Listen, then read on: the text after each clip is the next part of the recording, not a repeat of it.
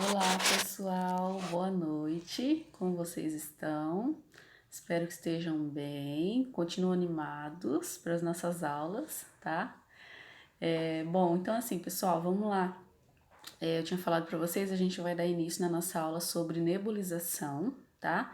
Aqui na minha apostila tá na página 44, de vocês eu não sei se é 45, 46, né? Mas eu peço que vocês peguem a apostila de vocês e acompanhem aqui junto, tá bom? Que fica mais fácil. Então vamos lá, o que é a nebulização? É a mesma coisa que inalação, tá? Aquela que é feita lá, que coloca aquela máscara e sai aquela fumacinha, tá bom? Então o que é isso? É a administração de medicamentos por vias respiratórias, tá? Através de um aparelho chamado nebulizador ou pelo fluxômetro. O que é esse fluxômetro? Esse fluxômetro é o oxigênio, tá? Quando o paciente está internado no hospital e tem um oxigênio ali fácil perto dele, tá? A gente pode fazer essa inalação ligada, ao invés de ligar no inalador, no nebulizador, a gente liga ele no fluxômetro, tá? Que é o oxigênio, tá? Isso serve tanto para o oxigênio em cilindro, tá? Que é aquele um que tem aquele cilindro grandão, quanto para aqueles oxigênios que já são em alguns hospitais já tem instalados, né? Não sei se vocês já viram, acho que a maioria aqui já viu. Na parede, tá? Que fica na cabeceira, assim, no leito do paciente, tem aquela rede de tomadas, né? Onde tem ali o oxigênio. Tem oxigênio, tem o ar a vácuo e tem o ar comprimido. O ar comprimido também a gente pode utilizar para inalação, tá? Mas geralmente a gente utiliza mais o oxigênio mesmo, tá bom? Então a gente pode utilizar, fazer essa inalação, essa nebulização, tanto no inalador, né, quanto no oxigênio, tá bom? Depois eu vou explicar certinho para vocês como que é feito em cada um desses aparelhos, tá? O medicamento líquido é transformado em névoa, tá? O que acontece? Quando o medicamento ele é transformado em névoa e ele em contato com a cavidade nasal, com a mucosa, tanto nasal quanto oral, é absorvido mais rápido, tá? Então, por isso que a gente utiliza esses medicamentos também por inalação, tá? Tornando mais viável a inalação dos medicamentos, tendo como objetivos umidificar as vias respiratórias. Então, assim, às vezes o paciente está lá com uma secreção acumulada, né? Geralmente o médico pede um raio-x e vê que tem bastante secreção acumulada no pulmão, nos brônquios, né? E ele vê que essa secreção está difícil de ser expelida, né? De ser eliminada pelo paciente. Aí ele indica a inalação, porque a inalação vai fazer o quê? Vai fluidificar essa secreção, onde vai ficar mais fácil para o paciente eliminar essa secreção, tá? Tem como objetivo umidificar as vias respiratórias, tá? Fluidificar secreções da mucosa nasal para facilitar a sua expulsão, tá?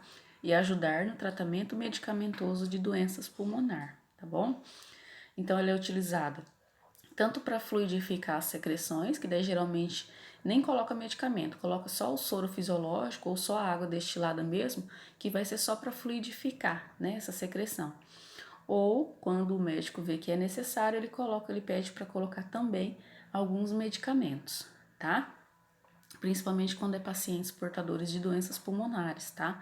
Bronquite asmática, DPOC, que é a doença pulmonar obstrutiva crônica, asma, né? Quem tem asma geralmente faz muita inalação também, né? E aí, quais esses medicamentos que a gente pode estar utilizando, tá?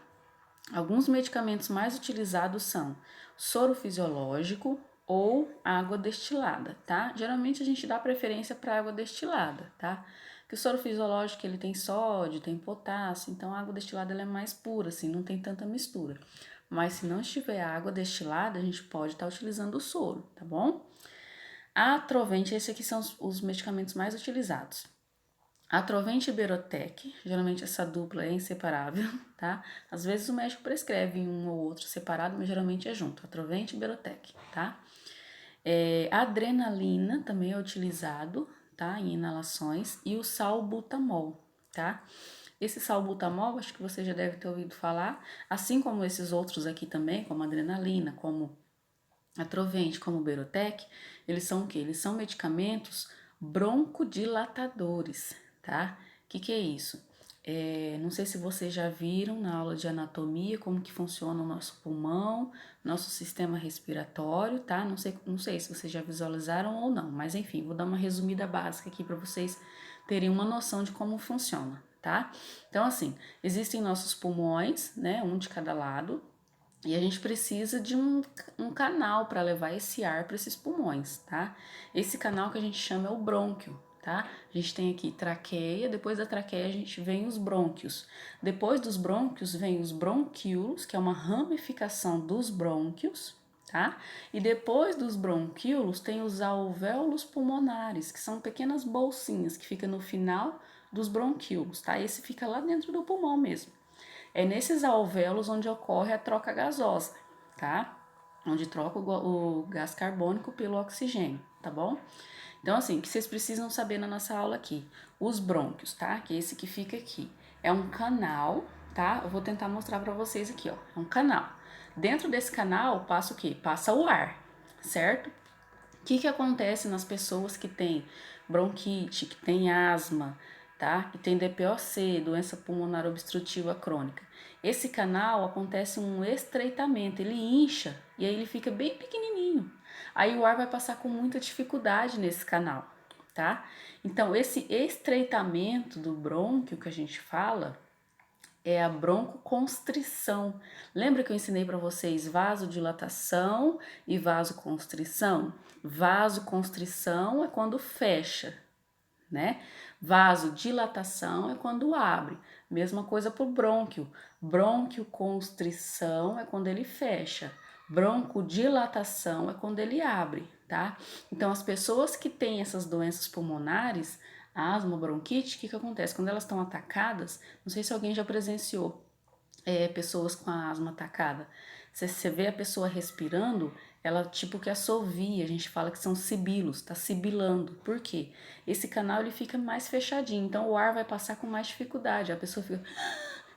A gente vê que a pessoa até assovia mesmo, por quê? Esse canal tá fez broncoconstrição, ele fechou, tá? Ele incha, esse canal ele incha, então vai diminuir a passagem do ar nesse canal, tá? Nesse brônquio. E esses medicamentos que eu passei para vocês aqui, eles fazem o quê? Eles vão fazer a broncodilatação, eles são broncodilatadores, eles vão aumentar esse canal, tá? O que vai facilitar a passagem de ar para o pulmão, tá bom? Então, por isso que a gente utiliza esses medicamentos para fazer essa broncodilatação, tá? E aí, assim, são broncodilatadores. Todos esses medicamentos são broncodilatadores. Mas a gente tem que tomar muito cuidado, tá? Porque, assim, às vezes a gente fala assim, ai, mas inalação, nebulização é simples, qualquer um sabe fazer. Realmente, qualquer pessoa pode ir lá e colocar uma inalação na pessoa, no paciente, tá? Mas a gente tem que tomar muito cuidado com os medicamentos, tá? E outra coisa, a gente não pode fazer inalação em qualquer um.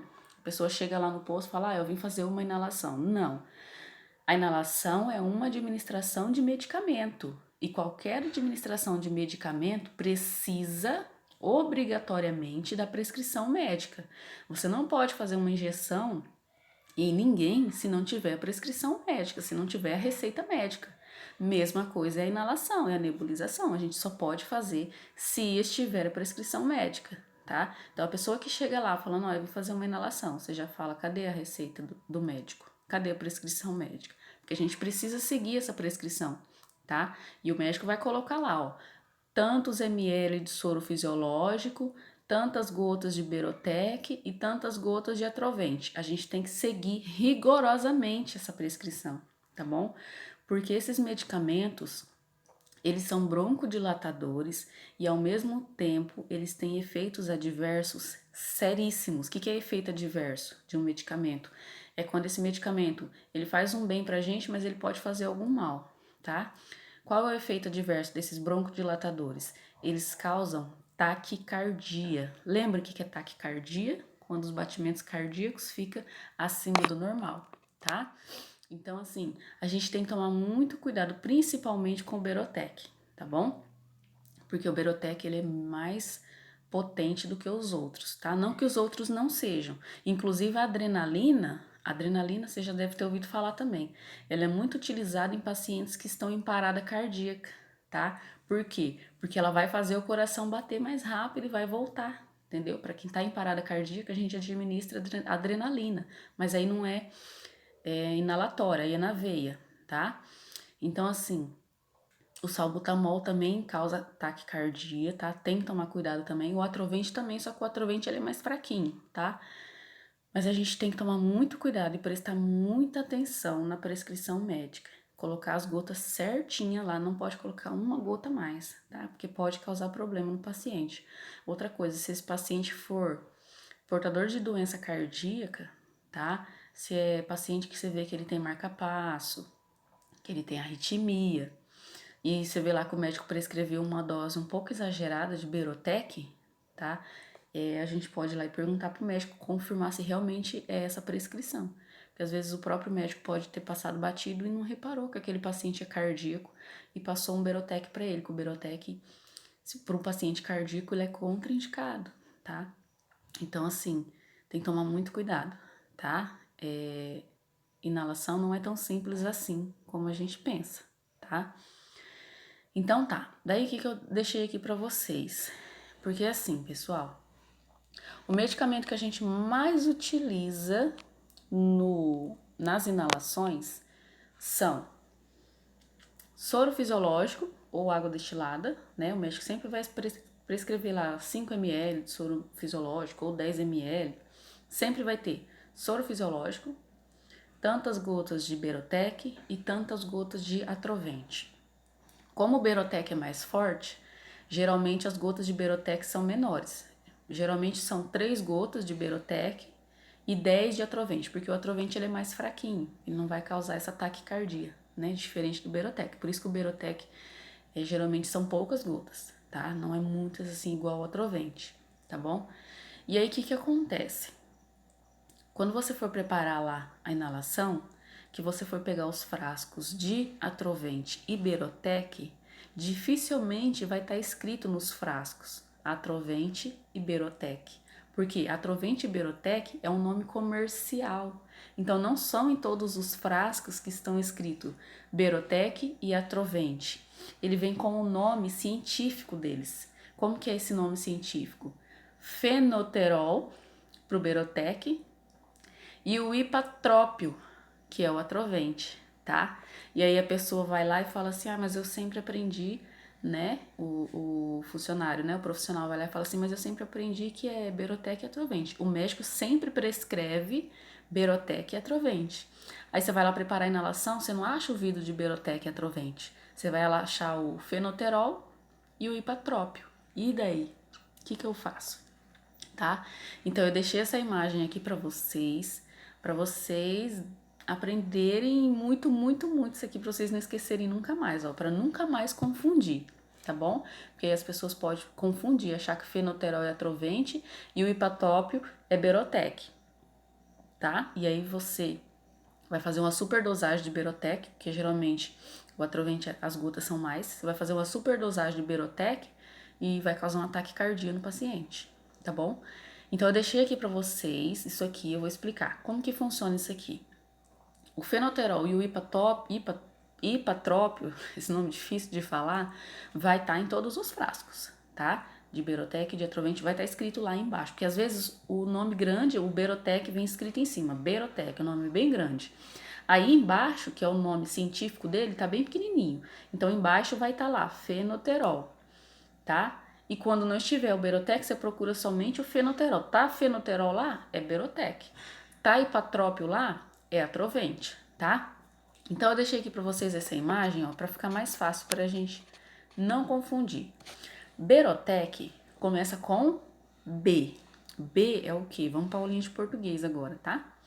B é consoante, tá?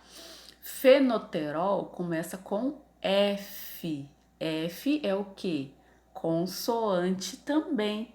Então, se começou com consoante, você lembra, Berotec, B é consoante. Então, consoante com consoante vai ser Berotec.